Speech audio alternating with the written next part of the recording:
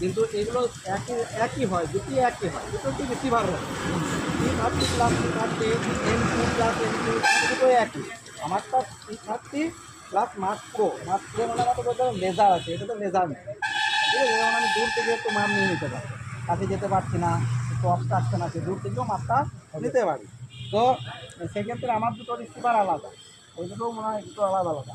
এইটার সঙ্গে একাধিক পোলও যায়, একাধিক রোভারও লাগানো যায়, কানেক্ট করা যায়। মানে বড় এরিয়া কাজ করছি, আমার যদি দুটো রিসিভার থাকে, একটা বেস কানেক্ট করে দুটো রিসিভারেই কাজ করা যায়। এইবার এটা অটোমেটিক কানেক্ট হয়ে গেছে, এটা কানেক্ট হয়ে যাওয়ার পরে সময় যাবে এখানে একটা স্প্রিং আর নটিংয়ের কোঅর্ডিনেশন এবং একটা এলিভেশন দেখাচ্ছে, অর্থাৎ আমরা আছি এখন 119, আমার সিএমিতে 205, এটা সমুদ্রতল থেকে 119 ফিট উপরে আছে, 119 ফিট এইরকম জায়গা দেখাচ্ছে, যে জেট দেখাচ্ছে, ঠিক আছে। হ্যাঁ